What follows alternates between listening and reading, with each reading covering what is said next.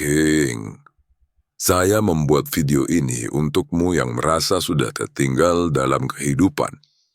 Saya sendiri menyia-nyiakan umur 20-an saya terjebak dalam rasa sakit dan trauma yang sia-sia. Semoga kisah ini dapat menginspirasi dan memandumu membuat keputusan yang lebih bijaksana. Di usia 20-an, saya memiliki banyak kebiasaan buruk seperti kebanyakan anak muda seusia saya, namun dalam bentuk yang berbeda.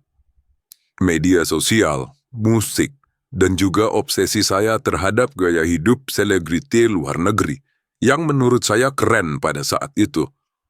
Saya merasa lebih superior dibandingkan teman-teman saya karena menurut saya selera saya lebih berkelas dan lebih mendunia dibandingkan mereka. Padahal sebenarnya saya nggak ada bedanya dengan bocah-bocah norak pada umumnya yang haus validasi. Ego saya benar-benar meledak dan membutakan saya pada realita.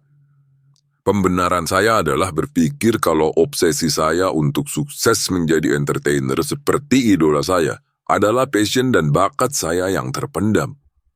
Tetapi ini memiliki dampak yang begitu destruktif. Akhirnya saya menghiraukan hal-hal krusial dalam hidup saya karena obsesi saya ini, seperti keluarga dan teman-teman saya pada saat itu. Apa yang menurut saya hal yang luar biasa, belum tentu orang lain akan berpikir hal yang sama. Segala prinsip dan prioritas yang kamu miliki itu bersifat subjektif. Saya merasa hina dan menyesal karena telah merendahkan orang lain yang memiliki pandangan yang berbeda dengan saya. Selain itu, saya juga membuat pembenaran atas ketidakmampuan saya bersosialisasi di balik kata introvert. Saya tidak pernah menyelesaikan masalah ini dengan penyelesaian yang solutif. Saya hanya menutupi kelemahan saya supaya tampak tidak begitu buruk. Meskipun saya memiliki kepercayaan diri yang tinggi dan optimisme yang luar biasa, tetapi itu semua hanyalah halusinasi kosong. Saya begitu jago meyakinkan diri sendiri kalau saya dapat melakukan segalanya sendirian. Saya tidak dapat berkomunikasi, apalagi bersinergi dengan orang lain. Saya berpikir kalau action yang saya lakukan itu jauh lebih penting daripada apa yang saya katakan. Narsis. Menurut saya, kemampuan untuk bersilat lidah hanya diperuntukkan untuk para banci. Tetapi saya salah.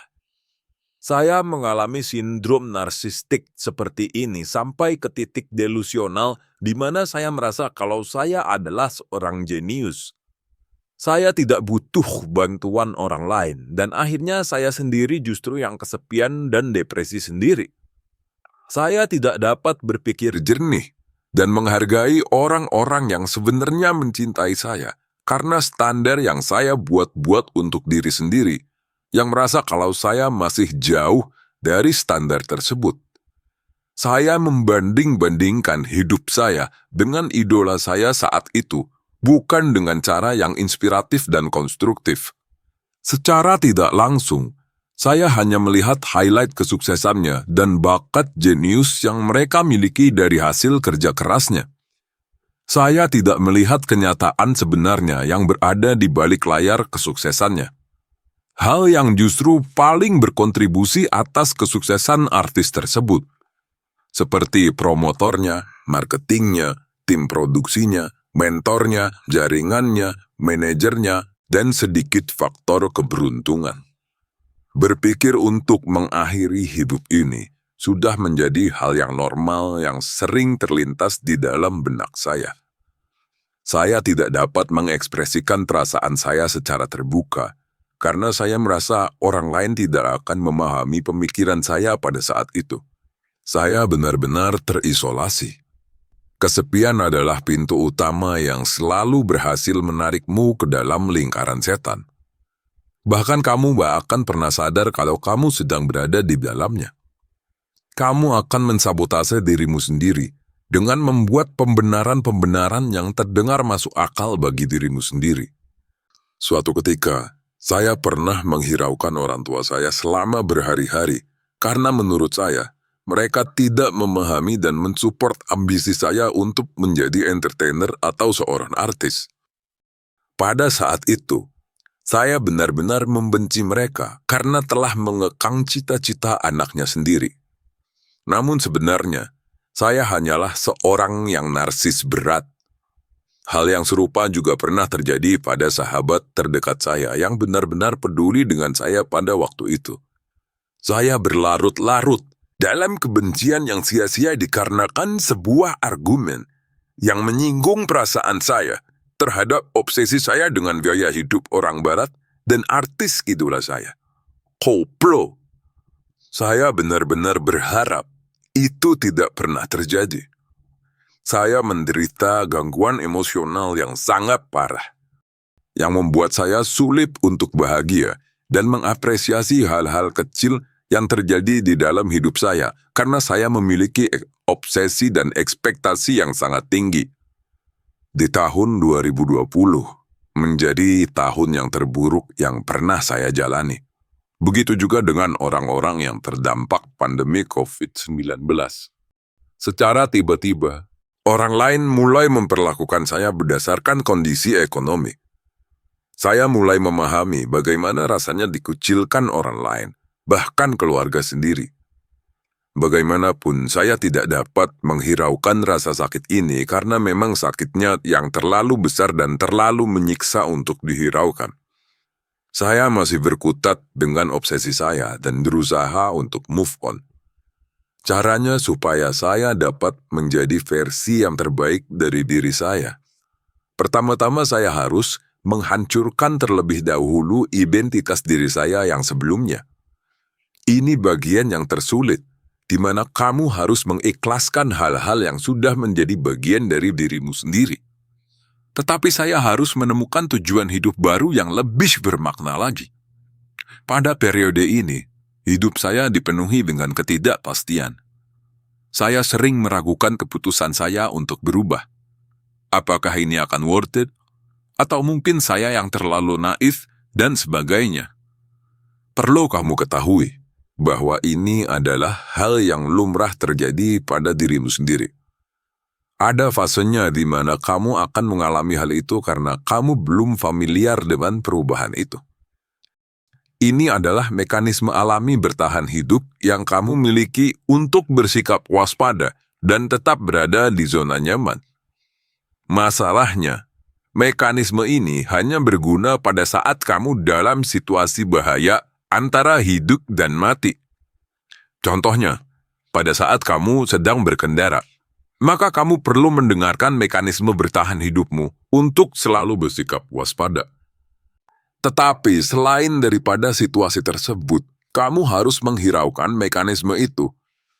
Semakin signifikan perubahan yang ingin kamu timbulkan, maka semakin kuat pula mekanisme itu mencegahmu untuk melakukan hal itu. Di saat kamu memutuskan untuk berubah dan mulai menunjukkan hasil, orang-orang di sekitarmu akan berusaha menarikmu ke bawah menuju levelnya mereka. Gak ada orang yang senang melihat orang lain yang lebih baik darinya. Itulah kenapa, di channel ini, saya selalu menekankan untuk kamu berproses dalam keheningan. Gak perlu orang lain tahu apa yang sedang kamu lakukan. Layaknya sebuah pohon yang tumbuh kokoh tanpa mengeluarkan suara gaduh. Di saat kamu berproses dalam keheningan, kamu pasti akan merasa kesepian. Selain kamu membangun hubungan yang baik dengan Tuhan yang memberikanmu segalanya, kamu juga perlu menjalin hubungan yang mendalam dengan orang-orang terbaik di hidupmu yang dapat mensupport kamu dan bersama-sama berproses menjadi yang terbaik. Ini adalah langkah yang paling penting dan gak bisa kamu lewati. Karena sedisiplin apapun kamu, sekuat apapun kamu, kesendirianmu akan selalu dapat mengalahkanmu di saat-saat terburukmu. Walaupun bagi sebagian orang saya sudah terlambat untuk memulai perubahan di usia saya yang sudah berkepala 3, saya nggak peduli. Saya bersyukur telah melakukan perubahan itu di detik-detik terakhir dan mengikhlaskan masa lalu kelam saya.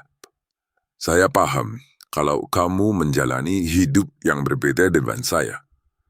Kamu mungkin punya trauma yang lebih berat dan lebih parah daripada saya. Tetapi tujuan saya membuat video ini bukan untuk meratapi itu semua. Bagaimana caranya masa lalu kelammu itu bisa membimbingmu dan membuat keputusan yang lebih bermakna dan lebih bijaksana lagi? Itu bukanlah hal yang mudah, tetapi itu juga bukanlah hal yang mustahil untuk dilakukan. Seharusnya di usiamu yang sudah tidak lagi muda, cukup untuk memberikanmu tamparan keras karena terus menunda-nunda untuk memprioritaskan hal-hal yang bermakna dalam kehidupanmu. Atau memang kita sudah dikondisikan seperti ini untuk menjadi seorang pecundang dan mentoleransi kondisi menyedihkan seperti ini? Masa bodoh dengan standar sosial yang bobrok ini. Masa bodoh dengan sistem yang mengkondisikan kita untuk menjadi penurut. Saya akan membuat keputusan alternatif. Tetaplah menjadi yang terbaik dan jangan pernah menyerah. King.